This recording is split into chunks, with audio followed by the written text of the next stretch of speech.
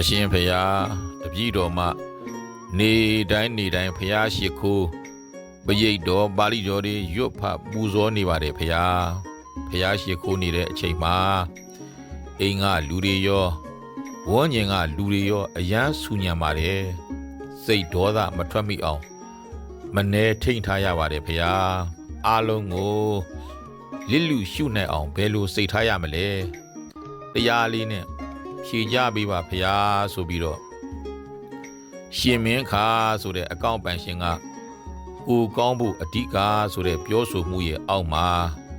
စာလေးရေးပို့ထားတယ်ဖျားနာသွားပြီးဖျားနဲ့တွေ့နေတဲ့အချိန်ဖျားစကားတွေပြောနေတဲ့အချိန်တောင်စိတ်ကမထိန်နိုင်ဖြစ်နေတယ်နဲ့တူတယ်ဖျားကိုကိုးကွယ်တယ်ဆိုတာအဲ့လိုဒေါသစိတ်တွေဖြစ်လာရင်ဖျားနီးအတိုင်းဖြည့်ရှင်းတတ်ဖို့ကိုးကွယ်ရတာမဟုတ်လားမြတ်စွာဘုရားဆိုရင်ရောက်ခမဖြစ်သူကဆူဆဲတာနဲ့လဲကြုံရတယ်ပုံနာတွေရဲ့ဆဲဆူမှုတွေလဲခံခဲ့ရတယ်ဖျားတောင်အဲ့လိုဆူတာဆဲတာခံရသေးတာကိုကဘာမို့လို့လဲဆိုပြီးတော့ဖျားနဲ့နှိုင်းစာပြီးလဲဒေါသမထွက်အောင်စိတ်ကိုထိန်းနိုင်ရမှာမဟုတ်လားကိုမှဒေါသတွေဝင်လာရင်အဲ့ဒီဒေါသတွေကင်းစင်သွားအောင်အဲ့ဒီဒေါသကိုအနိုင်ရအောင်ဒေါသကင်းစင်နေတဲ့ဖျားရှင်ရဲ့ဂုဏ်ကိုမြင်ပြီးတော့ကြီးညိုပြီးတော့ကိုလည်းအဲ့လိုဖြစ်အောင်လုပ်ရမှာမဟုတ်လားအဲ့ဒါလိုဒေါသထွက်เสียအာယုန်တွေကိုအနိုင်ရအောင်လုပ်နေရင်နဲ့အနိုင်ရနေတာလေးကိုနှလုံးသွင်းရင်ကို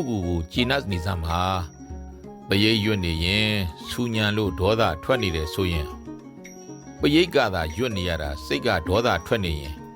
ကိုယ်စိတ်ဘယ်လိုငြိမ်းချမ်းတော့မှာလဲပရိတ်ကလည်းရွတ်မရစိတ်ကလည်းဒေါသကြောင့်ဆင်းရဲဆိုရင်ကိုယ်ပဲဒုက္ခရောက်နေမှာမဟုတ်လားအဲ့လိုဖြစ်နေရင်ပရိတ်မရွတ်ဖဲထားလိုက်ပြီးတော့ဒေါသဖြစ်เสียအာယုံစီကိုသွားပြီးဒေါသမဖြစ်အောင်အရင်နှလုံးသွင်းပြီးနေပါလို့ပြောခြင်းတယ်ဒေါသမဖြစ်အောင်လုပ်နေရတဲ့ကိုယ်အတိလေးကိုကျေနပ်နေစမ်းပါပရိတ်ရွတ်ချင်နေတဲ့စိတ်ကြောင့်ငါကိုနှောင့်ယှက်ရမလားဒီလောက်မှအတိမရှိကြဘူးလားစသည်ဖြင့်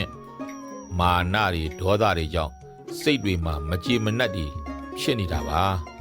အဲ့လိုဆိုရင်ပရိတ်ကိုဆက်မရွတ်ရခြင်းနေပါစေဖြစ်နေတဲ့ဒေါသကိုဖြစ်လာမဲ့ဒေါသကိုမဖြစ်အောင်ငါစိတ်မှာဒေါသမဖြစ်စေရဘူးငါစိတ်မှာဒေါသမဖြစ်စေရဘူးသူတို့ဘာသာသူတို့ဆူကြတာသူတို့ဘာသာသူတို့ပြောကြတာငါကြားထဲကနေစိတ်ဆိုးဒေါသဖြစ်နေရင်ငါပဲစိတ်တွေဆင်းရဲနေမှာပေါ့ဒေါသထွက်เสียဘာရှိလို့လဲမထွက်အောင်ငါနေမယ်မထွက်အောင်ငါနေမယ်ဆိုရင်ဖျားရှိခိုးပရိတ်ရွတ်ဖတ်နေရကနေဒေါသဖယ်ရှားတဲ့လက်တွေ့တရားအားထုတ်တဲ့အလုပ်ကိုလုပ်လိုက်တာပဲမဟုတ်လားအဲ့ဒါလို့ဒေါသကိုမထွက်အောင်လက်တွေ့လုပ်နေတာဟာကောင်းတဲ့အလုပ်တရားအလုပ်ပဲလို့စဉ်းစားပြီးကျေနပ်ပါလို့ပြောချင်တယ်တကယ်တော့ဆူညံနေတာကသူတို့ဘာသာသူတို့အလုပ်သူတို့လုပ်နေကြတာပါအဲ့ဒီအာယုန်တွေကိုကယူပြီးတော့ဒေါသဖြစ်စေတဲ့အာယောနီတော့မနတိကာရာဆိုတဲ့နှလုံးသွင်းက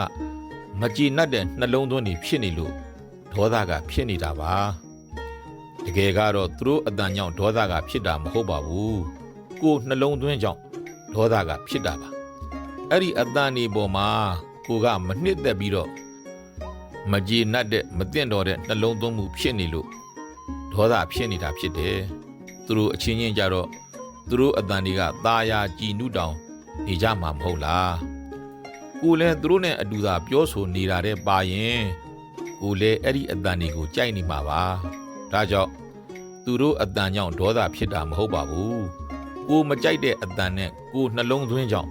ဒေါသဖြစ်တယ်လို့မြင်မိပါတယ်နောက်ကိုဖျားရှိခိုးပရိတ်ရွတ်နေတာလဲအနှောင့်အယှက်ဖြစ်တယ်ငါအလုပ်ပြတ်တယ်ဆိုတဲ့စိတ်တွေဖြစ်လို့ဒေါသဖြစ်တယ်လို့မြင်မိပါတယ်ဒါကြောင့်ပရိတ်ဆက်ရွတ်မရရင်မရွတ်ပါနဲ့လက်တွေ့ဒေါသကိုပဲမထွက်အောင်အားထုတ်ပါလို့ပြောချင်တယ်အရင်ကအဲ့လိုဆူညံတန်တွေကြားရင်ဒေါသကထွက်တဲ့အလေးအထားရှိရင်လဲ ဒေါသကထွက်နေအောင်မှာပဲအဲ့ဒါကြောင့်ခုကစပြီးတော့အဲ့လိုအတန်တွေကြားလေဒေါသမထွက်တဲ့အလေးအထအလေးအကျင့်ရအောင်စပြီးတော့လုပ်ပါအလေးအကျင့်အလေးအထရလာတဲ့အခါအဲ့လိုအတန်တွေကြားလေဒေါသမထွက်ပဲရှိလာပါလိမ့်မယ်ပြောလို့ပြုလို့အဆင်ပြေမယ်ဆိုရင်တော့လေအမေဖျားရှိခိုးခြင်းလို့မဆူကြနဲ့နော်လို့ပြောရရင်လေပြောလို့ရပါတယ်ပတ်ဝန်းကျင်ကအိမ်နေဆိုရင်တော့လေပြောလို့ကရချင်မှရမှာမဟုတ်လားမရတိုင်းဒေါသထွက်နေရင်ကိုယ်ပဲဆင်းရဲနေပါပေါ့ဒါကြောင့်ပညာနဲ့ငါစိတ်ကကိုမထားရလို့ဒေါသကဖြစ်နေတာပါလို့မြင်အောင်ကြည့်ပါလက်တွေ့ဒေါသကိုမထွက်အောင်စိတ်ကိုထိန်းတဲ့အကျင့်သီလနဲ့လက်တွေ့ထိန်းပါအဲ့ဒီအတန်တွေကြောင့်စိတ်တွေမတုန်လောက်အောင်စိတ်ဓာတ်ကိုခိုင်မာနေအောင်တမာတိနဲ့လေ့ကျင့်ပြီးတော့ဒေါသမထွက်ဖဲအောင်မြင်သွားတဲ့အပေါ်ကျေနပ်စိတ်လေးခံစားရတဲ့အထိလေ့ကျင့်ပါလို့ပြောကြရင်နဲ့ဏီကုံးချိုးလိုက်ချင်ပါတယ်အားလုံးဒေါသကိုထိန်းနိုင်သိမ့်နိုင်သူများဖြစ်ကြပါစေလို့ဆန္ဒပြုရင်းဏီကုံးချိုးလိုက်ပါတယ်